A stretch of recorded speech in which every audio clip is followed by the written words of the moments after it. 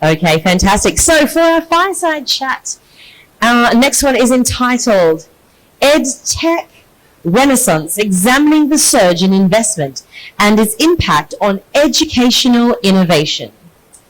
So first up, we'd like to put our hands together for our speakers. So we have our adjunct professor, Dr. M. Arakam C. Munayam, the Chief Executive Officer from Mega Jati Academy.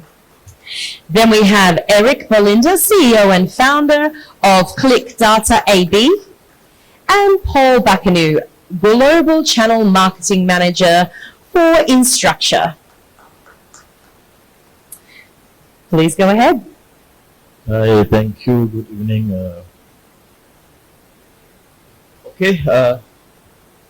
Right. Thank you again. We have together today Mr. Eric and also Mr. Paul. And today, I think it's the last session. Is it the last session? Second last. We got one more. Okay. All right. Thank you so much. And thanks for the introduction from our MC. I'm Arkam from Malaysia. And it's very good again to be again in this stage today. This morning I got one session in the morning and that one session in the evening. And this evening topic we're talking about examining the search investment impact on education innovation. We've got two main topics here today. One is regarding the investment, and secondly on the impact on the education. So let's start from our Mr. Eric and Mr. Paul. I think maybe we need to introduce our speakers, so I'll let them introduce themselves. Please. Introduce Eric. Well, hello everyone. I hope you have enjoyed the day. My name is Eric Bolinder. I'm the founder and CEO of Click Data. Basically what we do is helping individuals, teams and organizations to enhance their business with AI, moving your venture, no matter what you do, into the age of AI is absolutely necessary for everyone, and we do that with a system called K3. I'm consider myself to be an AI evangelist. There's many doubts about AI, and you read a lot of it, but I'm basically consider myself as an AI evangelist. So please add me on LinkedIn and we can continue the discussion. Yes, definitely. Yeah, positive. Hello everyone, my name is Paul Bakanu and I am the Global Channel Marketing Manager at Instructure. Instructure is the maker of Canvas. If you're in the education space, you probably have heard of Canvas or Instructure. And what we do is we want to, through our products, through our development, is to democratize education and to bring education to every student anywhere, any time, and any place. So what my role is to discuss about the impact that technology can have on education, how technology can democratize education, how technology can bring education to every student.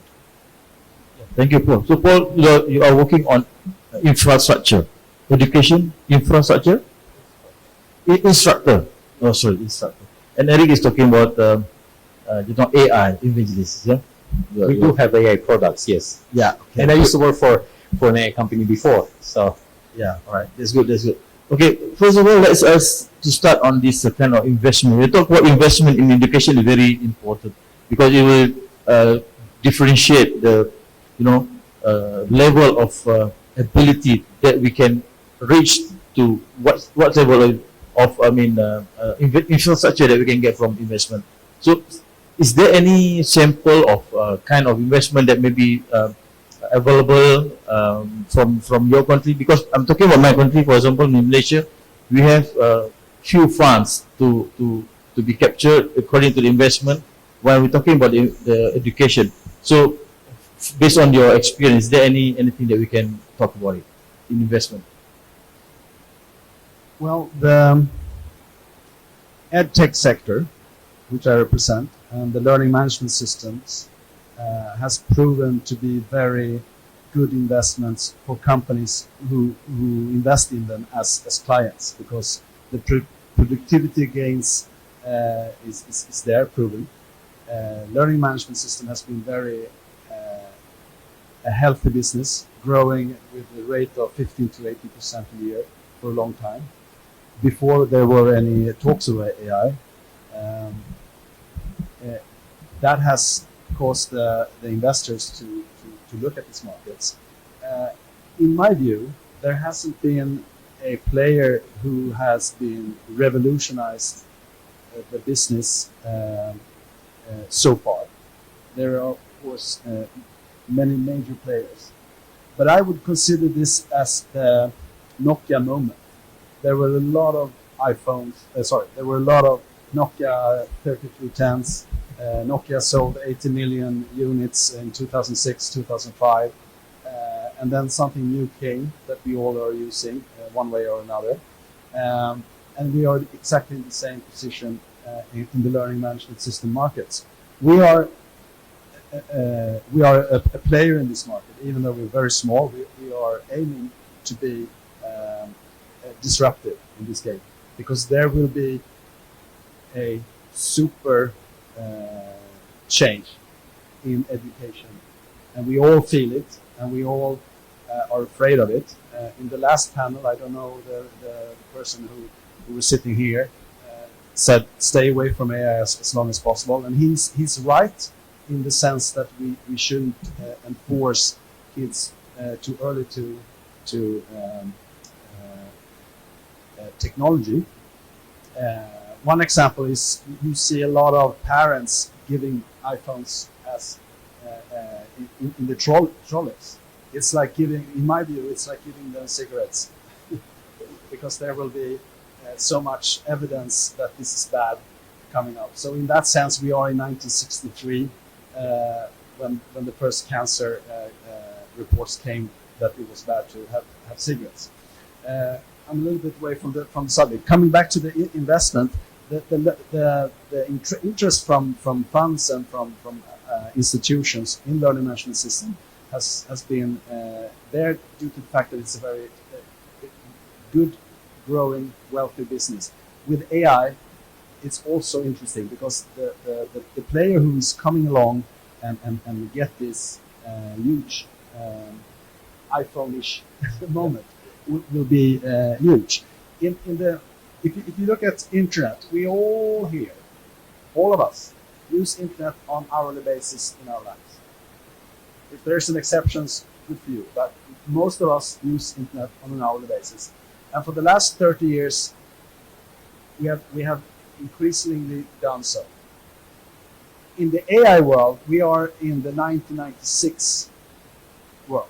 Microsoft is there, and they were there in 1996, but there were no Amazon, there were no Wikipedia, there were no Google, there were no YouTube. In the AI world, we will see the next 30 years exactly the same as we have done for the last 30 years in our lives. And our kids, whether we like it or not, will use AI on an hourly basis for the rest of our lives in the coming next year. So education will, must, and shall approve and adopt.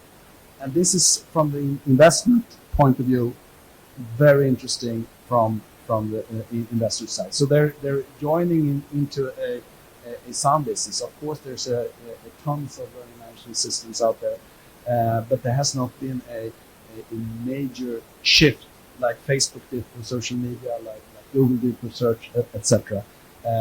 We also have seen the rise of a learning management system in COVID due to the fact that we were forced to use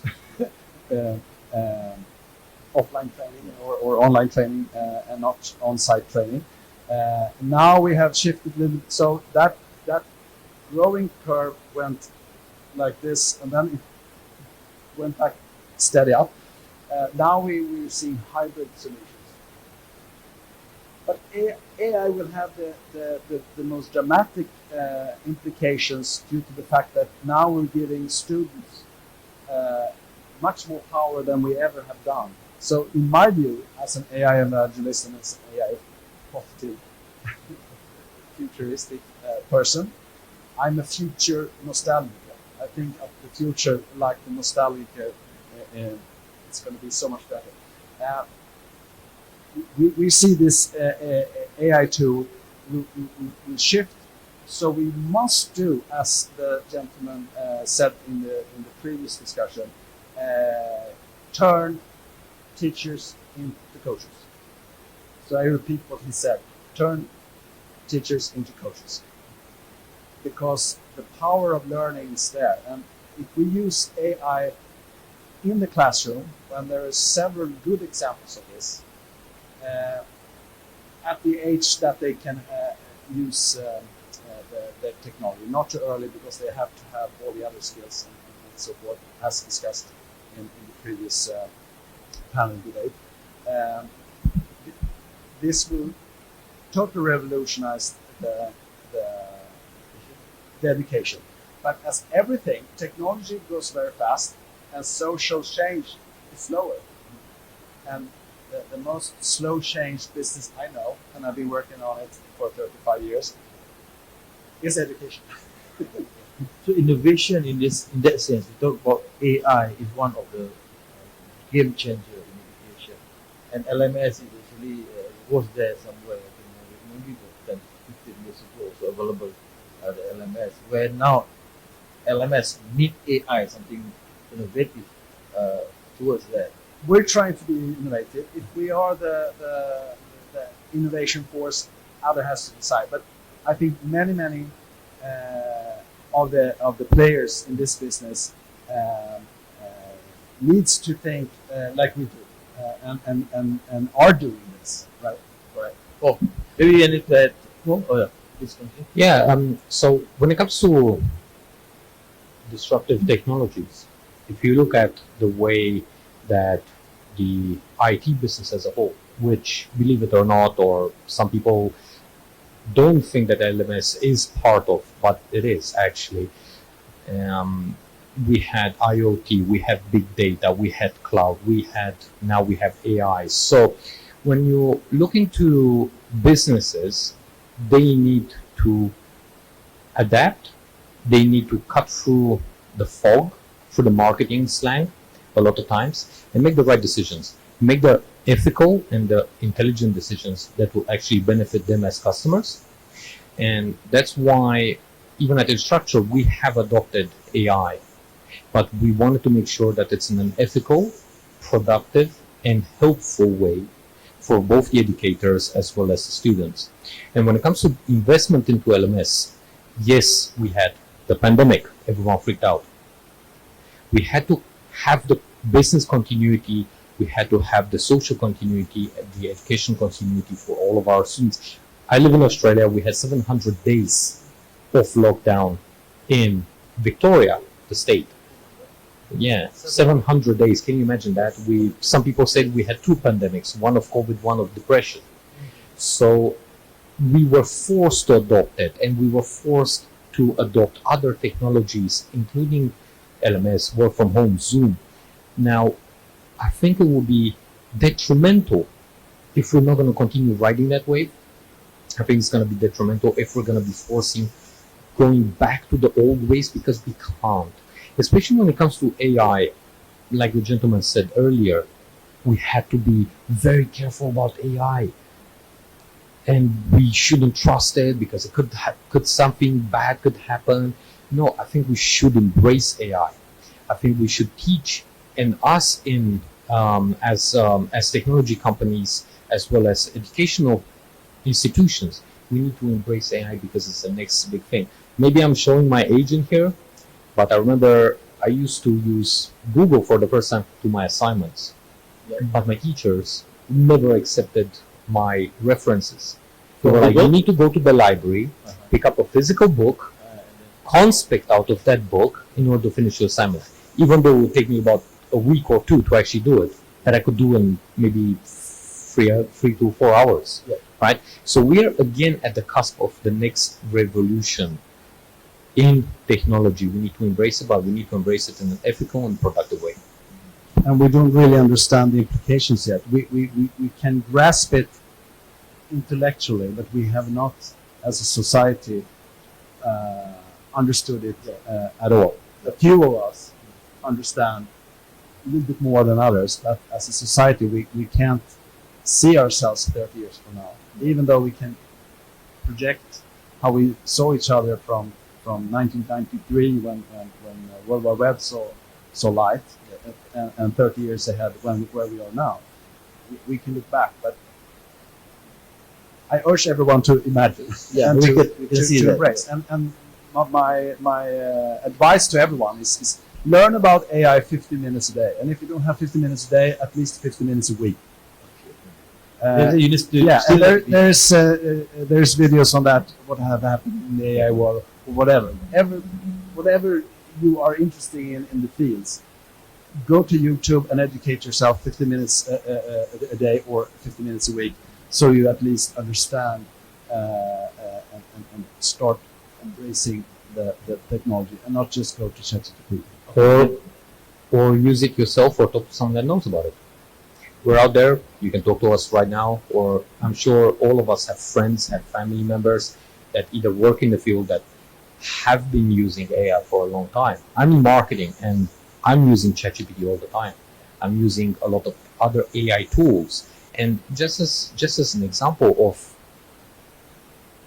AI that has revolutionized even my sector, okay, we used to have something which is called a media buyer, okay, ad buyer.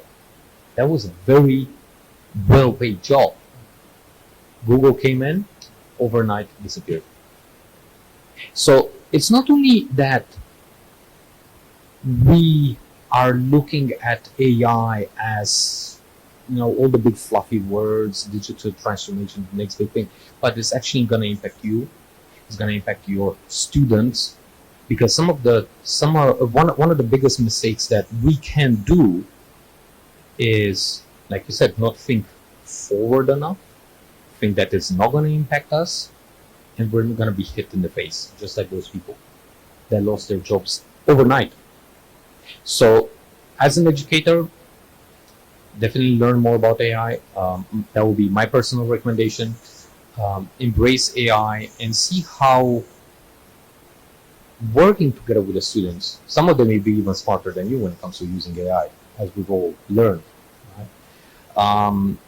But being prepared and being open-minded for a future is going to prepare all of us to adapt to it and even prosper in it. Thank you, Paul. Okay, later I will ask are there any question coming from the floor after my next question. Okay, Eric, when everybody use AI, for example, I'm also using AI as a making my proposal, sending to my client and tell everything through this generated AI. So the brain part behind it, where previously when we don't have this AI, before we go back to the investment later, we know that original work will come from the intellectual of that person who submit the report previously. But now when we see the report, we can say this is AI generated report. So how we aim to look into this kind of, is there still the intellectual part of the person who is submitting, or we just having just as an editor? The moderation is the key in the education. You as a teacher, you as an educator, has to be the moderator for the students, so they don't just swallow what's the AI produce. That was the first thing I saw when I was stunned by the fantastic tool ChatGPT. I was stunned first time I saw ChatGPT. And then after 50 minutes, I noted 14 things I wanted to improve, so I improved it into our system. And the moderation and ability to directly edit and mark every reply as accepted, check this up, toxic or fiction. Fiction is fantastic when you want ChatGPT to write a business contract, because you want the fantasy of the system to give you this. But if you really want to fact check things, sometimes it's like a Russian a general coming to Putin and said, "How is it going on the front?" Good. And that's so you need to have a tool to moderate. That's it. You can go to chat.k3.io and we explained that in that chat.k3.io. But the point from an education point of view, moderation is the key, and you have to let the students use ChatGPT and these tools to learn. But when you test them, use pen and pencil, because otherwise the tools will have a lot of cheating. So when you really need to test that the knowledge is here and not in the Google or in the cloud, you need to have paper and pen. And that's not me saying it. It's the evidence of people using this ChatGPT in the classroom on a daily basis. And his name is Thomas Sowell, no, not Thomas, Simmer, and a guy in Gothenburg, Sweden, who has done this for high 7th to 9th classes, 13 to 15 years old, for 2 years now, and he's traveling around Sweden and explain his experience, because he was very early in this. And I'm sure there is a lot of entrepreneurs, enthusiasts of AI in your countries as well, doing the same thing. Yeah, thank you so much. Well, how about that? Things that how we want to humanizing the ChatGPT, so that it's not just like robotic response. We go back to our intellectual to blend the answer, not straight away. Moderation is one thing, but sometimes we cannot differentiate between the moderated one and also the original produced by the ChatGPT. In my opinion, I think ChatGPT is just a tool, like any other one. That's why, again, let's embrace it. Let's learn how to best use it. And I think as educators, what are the things that we as humans can set us up for success, and you learn this mostly in school, hopefully, is critical thinking. Critical analyzing a particular topic, understanding it thoroughly, and us as educators, it's a pleasure to see that your students not only can regurgitate stuff, right? Because that's where AI can come in. Just write me in 2 paragraphs an answer to this question or whatever, and ChatGPT can do it. However, critically analyze this and give me your personal reasoning within 2 paragraphs of why you've made a certain decision, whether it's right or wrong. I think that can set us up and that can set us as educators better for success, and our students a lot better, because that will then help them further up in life, not only by making better decisions, but also it will de-incentivize them by thinking that ChatGPT is a tool for cheating. Okay, then. I have a metaphor. AI is the horse. You have to be the rider and have reins on it. Yep. All right, thank you so much. Is there any question from the floor, please? If you have any question to ask our panelists. And meanwhile, while waiting, maybe after this, our topic is examining the surge in investment. So investment must, sometimes we look into the capacity of the person to invest to get the good education, for example. And of course, we talk about the impact of education innovation. Clearly said that maybe for those people who having sufficient investment, so they will get a good education. But for those who are not there, so they might be get not that far education. So we need to stress out of this topic. Now, surge in investment and impact of education innovation. How we want to leverage between the the person who having this ability to pay for the investment and person doesn't have this ability to subscribe of this kind of infrastructure in future, so that they also will become left out in the education system or innovation in education system. Paul, Eric, or Paul? Well, I don't 100% think I understand the full question, but the AI helps the individual tremendously. It's like putting a tutor into the hands of every student. The teacher I was talking about from Gothenburg, he says that my stress level as a teacher has gone down because suddenly I have 30 assistants to 30 of my students because they have someone they can interact with and learn from. And let that sink in for a moment. Then suddenly it's not a threat.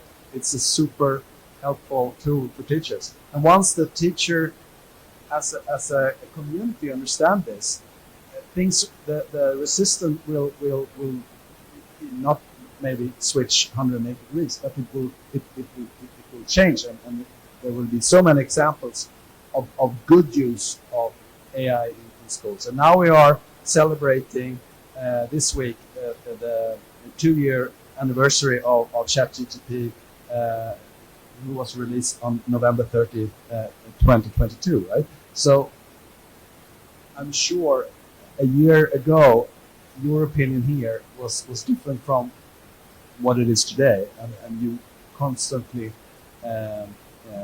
develop your own opinion and usage of it in the context of where you are in your profession, right? I don't know if that was the answer on your question. Paul, maybe you can get it. I'll let Paul answer the question.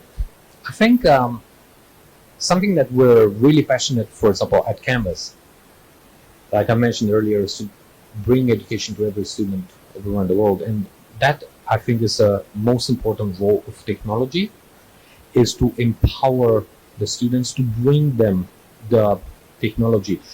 I don't know if you've seen on YouTube, there was a student somewhere in Africa with no formal education. He built, using YouTube, power mills, like this windmill, that brought electricity to his village. Now think about that.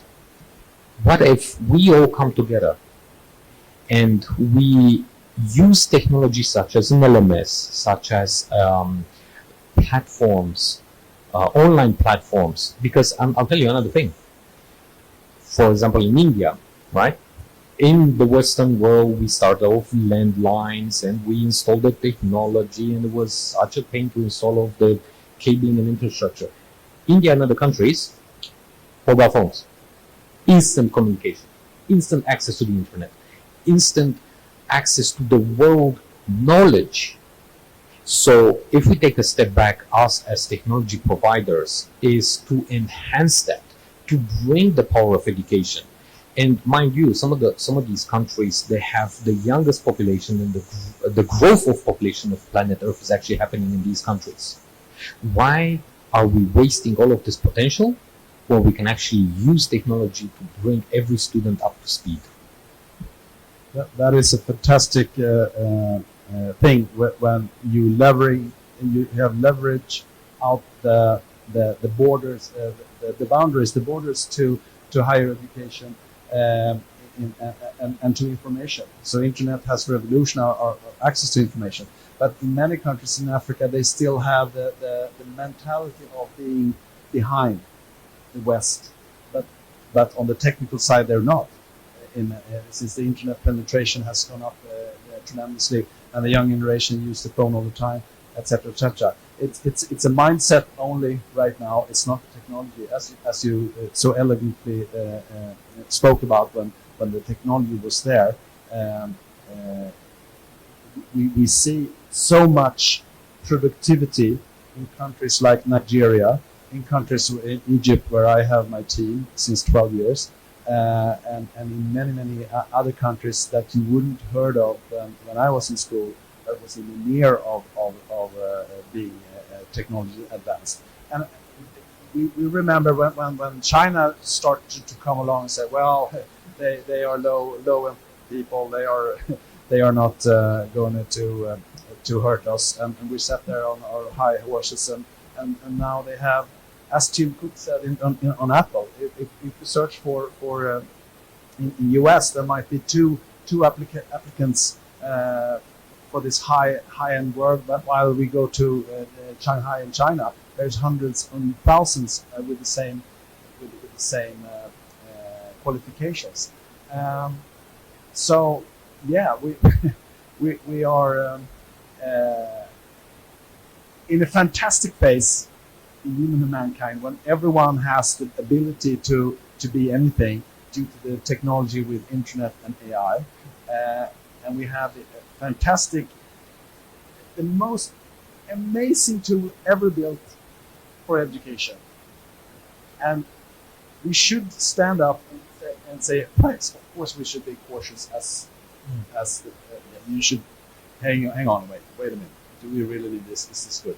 Yeah, but for me, the positive sides in education is so far greater than the negative sides. But cautious and testing and pivoting. If this doesn't work, let's try the other one. Actually, to open up the new vision of how we see the education in current and future as well. So again, we don't have any question from the floor. Is there any? Please, sir. Please, sir.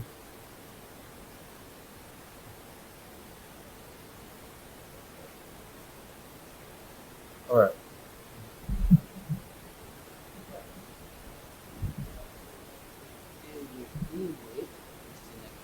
Deal with AI in education. How are teachers going to know if they're using it? You've got to accept that they're going to use it and show them how to use it critically.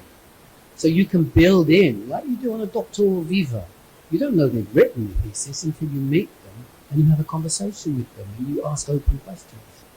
That's how you know that they've learned and mitigated some form of critical learning and application from whatever it is they pulled out of the exam. That's how you do it. You change your grading rubric. You change your method of, I'm not going to say teaching, but you change your method of relationship with the client, with the student. That's the only way you can do it. And it's a very effective way of working. And you're right, 30% at least down. If you work like that, your stress levels drop enormously. Because the onus then is on working groups with the students who are working autonomously in communities of learning and loving it. Anyway, I just wanted to say Yes, absolutely. So again, going back to all the different waves of technological revolution that we've seen, and it's always been about change management, okay? And we as humans, we love doing things over and over the same. However, it's either through political, economical, demographic, different factors that will anyway push us forward, whether we like it or not. So that's why, again, let's embrace it, let's work together.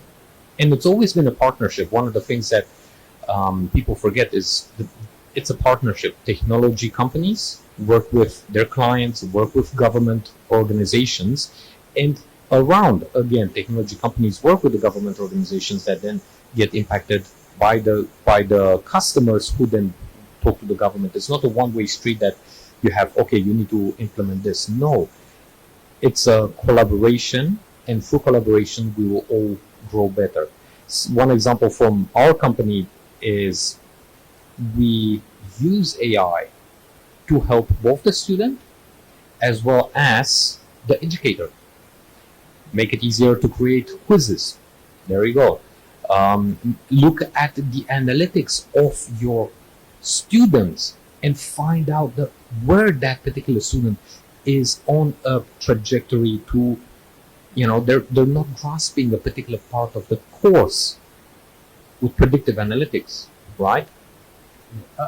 Talking about quizzes, if you go to video2quiz.com, you can take a video link from YouTube or upload a video that you have a lecture or a Zoom call. You have 2 bars. How many questions? How hard? Your email. Done. Yeah. It's a 30-second efforts that previously took 3 hours, 3 days, or how long did you how many of you have done a quiz for a long thing. It's a huge time effort saving in that sense. So small things like this enhance the power of the educators. So when we launched this in May 2023, I was very happy to be absolutely in the frontier of the development, and knowing that in 2 weeks something else is better, but it's still a very effective tool. You can have any language. You can upload an Arabic or Spanish or Arabic, Swedish, English, and get a quiz in a beautiful PDF. Comes in a mail when the AI system has done it. Sometimes takes a half an hour or an hour, but that's it. Yeah. Okay, so Yeah, quick question, and thank you all for being here. Appreciate the knowledge. So the title on this is The Surge in Investment and the Impact on Educational Innovation. Investors who invest in these technologies are interested in return on investment, obviously a financial return, whereas education is a little bit more, we look at that as a little bit more pure, especially in this particular environment of educators. Any risks or caveats that any of you would give to that when we have the financial and big investors coming in, other than Microsoft and et cetera, any cautions you would give to that as we move along, trying to keep educational purity, but mixing investment with that as well?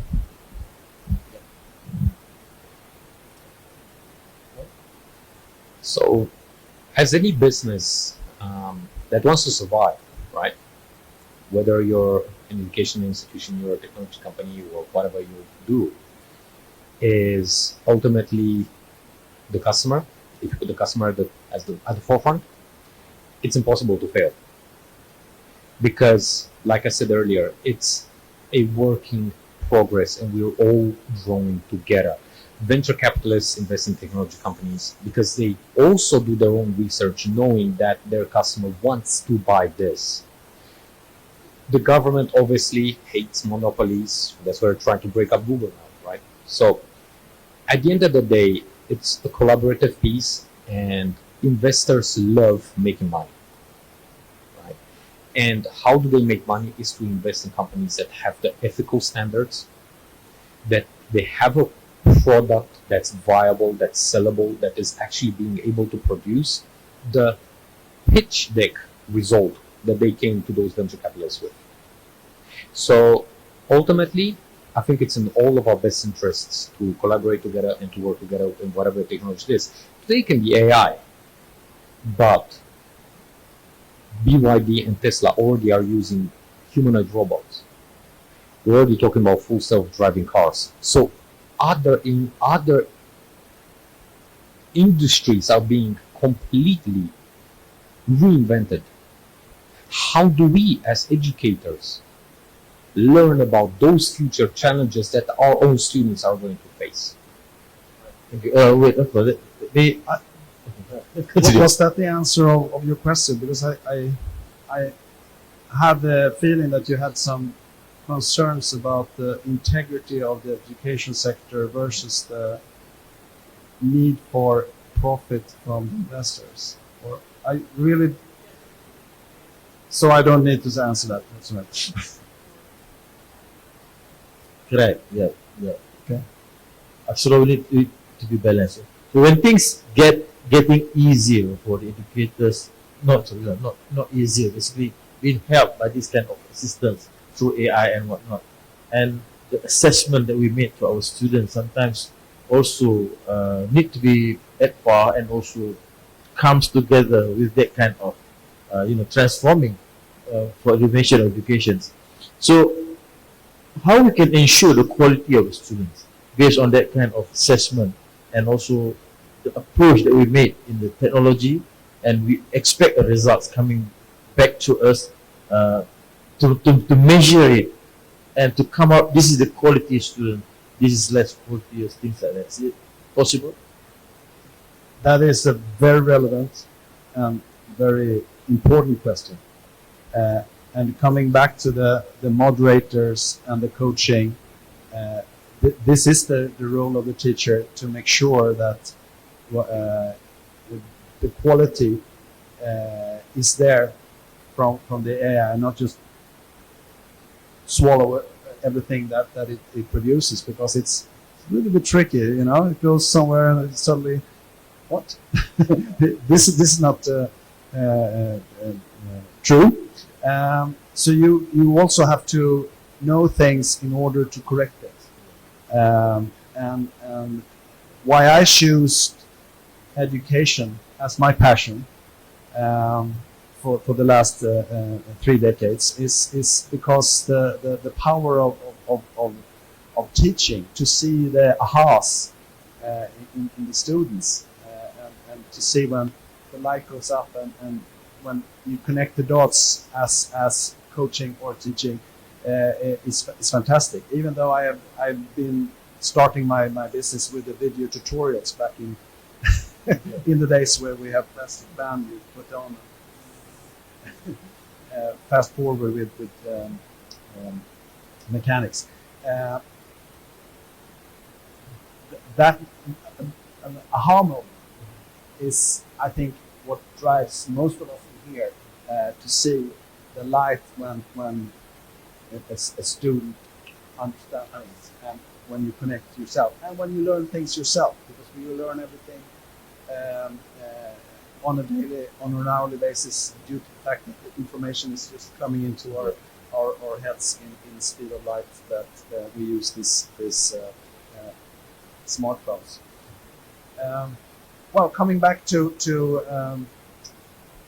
what Paul was mentioning before, the Nokia moment or the Kodak moment, when they didn't adapt, when Kodak didn't adapt the digital technology, they failed as a business. When Nokia didn't adapt the smartphone, they failed as a business, etc., etc. We've seen this, and I can tell you, every company on the earth needs to think about themselves as a blockbuster. Should have thought about themselves when Netflix came along, right? So, having that said, And being an this educator, the reality even for education. yeah, for the educators too need to learn a lot to get familiarized with all these kind of innovation and technologies. Sometimes Yeah, they and refuse to do that. There's AI tools to check out not only ChatGPT. Now you can Yeah, choose many anything. So it's like Trivago of learning the LLMS. Coming to the end of it, the companies are very afraid of letting internal information leak out to the big companies like OpenAI. So they want the power of AI, but they don't want AI to the information leak out. And it's the same in the educational industry as well. They don't want to have everything out there in order for them to survive as well, to be unique and in the position to their clients, the students. So, Paul, maybe one before we end the session, maybe we got one more question coming from the floor later after I ask Paul about this question.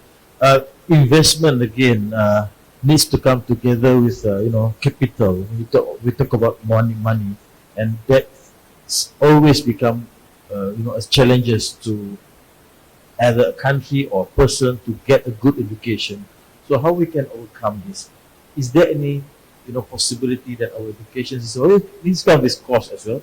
We need to pay for the tuition fees and all the assessment fees and certification fees. How we look into the future in terms of this kind of funding? Is there any possible way to leverage it into affordable prices? Yeah, look, one thing that we should all know, because we're on the education sector, we're talking about education 3.0 at the moment. What that means is that we're done with the traditional learner, okay? Where you go to high school, university, boom, there you go. There's your job, 30, 40 years, you're sitting at the same desk, and that's it. You retire. It's gone. We need to adapt. We need to learn that this is the new education. We're talking about the non-traditional student, okay? And what I mean by that is you have students that started the university, dropped out, went did some outside of university experience, came back. While they were outside, they also did a lot of Coursera's, a lot of Udemy's, a lot of Google certified courses. That I'm a marketer, that's what I'm talking. There's a lot of other courses out there, right?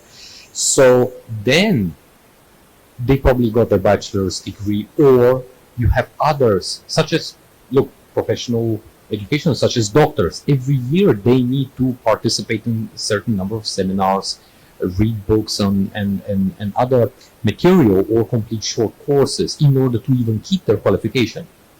So when we're talking about investment, first of all, we need to realize what the current situation is. Number two, we need to invest in everything from micro credentials, micro courses, and to deliver within the infrastructure that we have at the moment, to then cater for them as well as for the future. And I'll finish up with an example. So when I finished my marketing degree, I couldn't get a job. I had to go back, take a lot of different courses, small courses, certifications, and get myself trained up and get the experience that I needed to then get hired. Just very short. When Saudi Arabia developed their AI strategy, and I've been involved in this process a bit, they put the workforce and the students. It's their job to educate themselves. It's not coming from top down. It's on their behalf, but they will provide the tools to use AI on an hourly basis is stated in their strategy. And I just read the Swedish strategy. I haven't read it yet. It came out 2 days before I flew here, 138 pages long. So then on the national level, you will see in your countries what the government and the politicians are focusing much more than they have. Some countries are ahead here. Singapore, UAE, Saudi Arabia, US to some degrees, but not on a level in schools. Let's see what the new administration will come up with. But people, the political system must also enforce so that the education system are supported by the political parties using this technology. And that has not happened in many countries, and it must, because it just like the blockbuster moment for companies, it will be the blockbuster moment for countries. Right. So there is actually a policy that we are expecting from the government to look into this kind of investment for the It's the education. investment for the future, for the countries and society to enjoy the fruits that AI will produce. Thank you so much. I think that's all from our side, Eric and Paul. And again, from Education 2.0, we'd like to thank everybody for this session, and also all these members from the floors, and also who asked the question for us this now. So we end up this at that one. Okay, thank you so much again, and we shall meet again maybe in the next Education 2.0. Thank you so much. Thank you. Thank you.